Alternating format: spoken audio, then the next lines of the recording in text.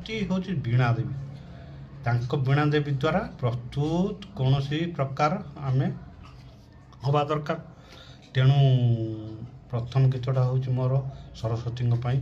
ସେ ସରସ୍ୱତୀ ଦେବୀ ହେଉଛନ୍ତି ଆଦ୍ୟ, ମାନେ ଆଦ୍ୟ ନୁହେଁ, ମାତୃଦେବୀ ହିସାବର ବି ତାଙ୍କୁ ପ୍ରସ୍ତୁତ କରାଯାଇସାରିଛି। ତେଣୁ ଏଠି କହୁଛି, ବର୍ଣ୍ଣନା କଲି। ମା ସରସ୍ୱତୀ